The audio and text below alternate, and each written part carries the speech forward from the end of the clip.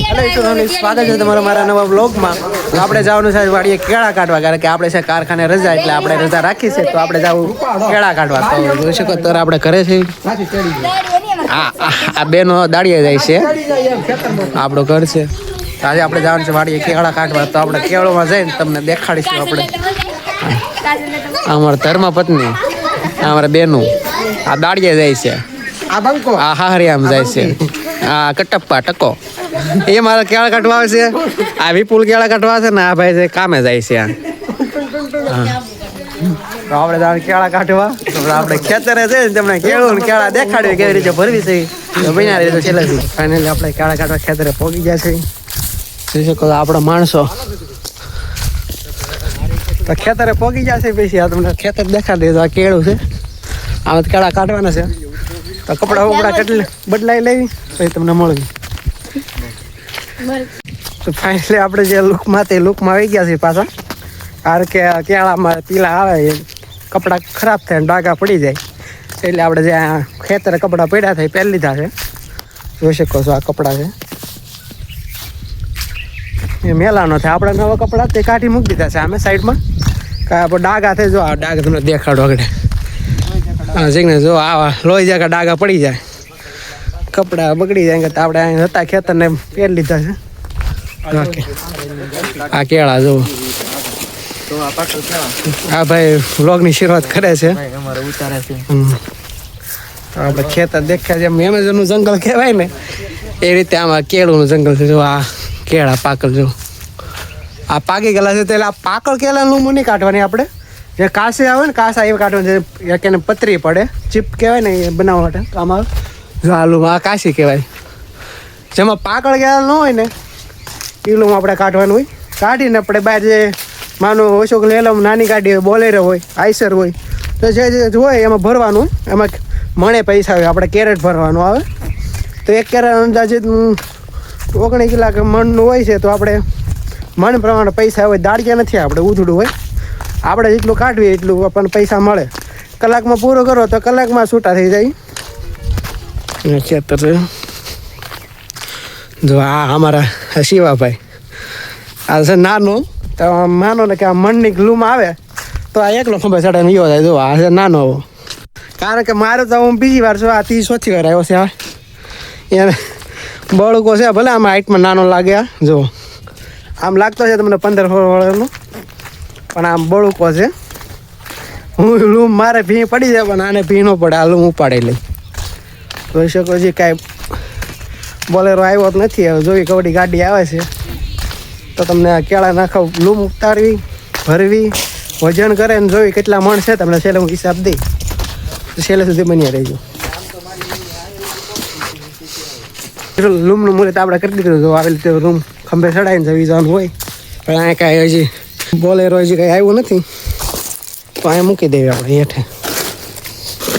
જો આવી રીતે ઢગલી કરવાની હોય કે બોલેરો કાંઈ હજી આવ્યો નથી. જો આ શિવાભાઈ કેમ ખંભે ટેસ્ટથી ચડાવીને આવે, કે લાગે વજન વજન. જો હંમેશા 10 કિલા ઉપરની લૂમ હશે, પણ એને કંઈ વજન લાગતો નથી. ભી પડે પણ ઘડીક કહેવાય પછી તો કહેવાય ને ટેવ પડી જાય. તો લૂમો કાઢવાનું ચાલુ કરી દીધું છે આપણે.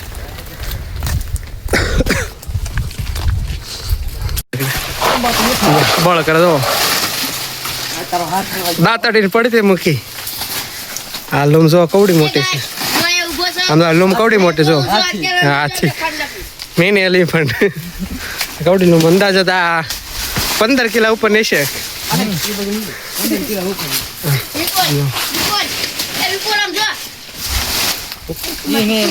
ઓલાયનો કેળ પાડતી, નાનો રોપ પાડતી તો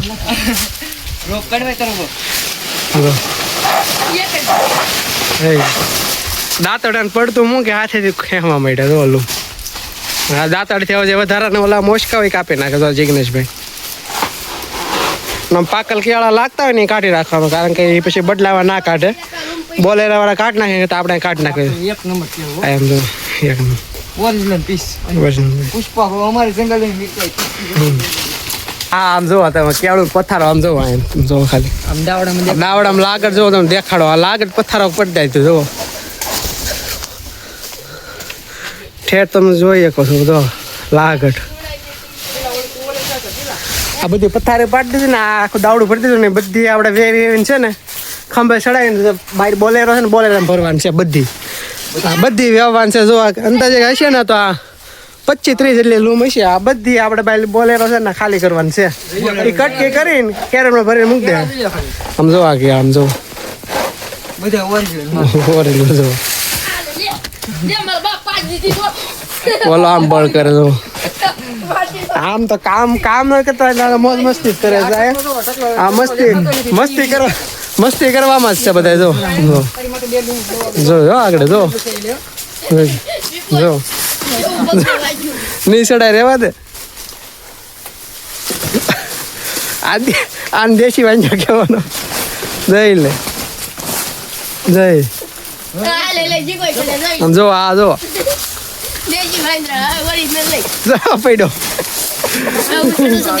હવે આ કે હું સડું જો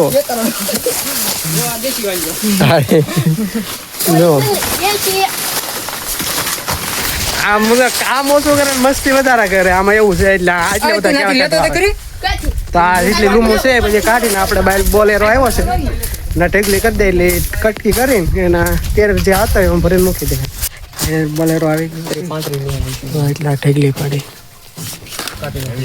હવે કટિંગ કરીને બોલેરો ભરે છે આ સ્ટોક કરી દીધો આપણે આમાં તો સા પીવા બેઠા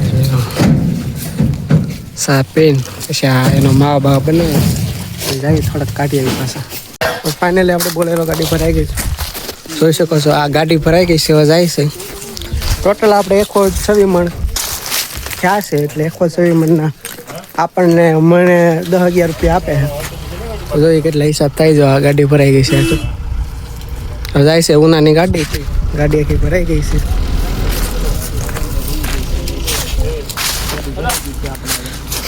હિસાબ આપે છે હિસાબ આવી જાય એટલે પૈસા લઈને થઈ જાય ઘરે અંદાજે 400-450 એટલે દાડી પડી છે 2 કલાકના થારા કહેવાય આખો દી જાવું 400 દાડીએ એમ કરતાં 1.5-2 કલાક થઈ 400 હારસ કહેવાય તો આપણે કેવા નીકળી જાય તો આપણે જવું ઘર બાજુ ગાડી નીકળી ગઈ જો બોલેરો છે ઉનાની ગાડી છે આ શેઠ છે બેઠે શેઠ પણ પૈસા લઈને ઘરે રહી જાઉં આમ 1 તો વાગી ગયો છે ખાવાનું તાણું થઈ ગયો ઘરે જઈને નાઈ જોઈને પછી ખાઈ લેવું આ બધું આ બધા કેળા કાઢીને થાકી ગયા છે ભૂખે લાગી કેળા ખાઈને તો ધરાણા નથી ઘરે હવે રાંધી નાખ્યું છે નાઈને ખાઈને પી જાઉં જાગશું 5 વાગે જાગશું તો અહીંયા વ્લોગની આપણે સમાપ્તિ કરવી છે વ્લોગ પૂરો થઈ ગયો હવે ક્યાં શિવા ભાઈ થાકી ગયા ને હે આને જો પેટમાં દુખાવો લઈ ગયો આ શિવાને બોડી છે હા આપણે વ્લોગને સમાપ્ત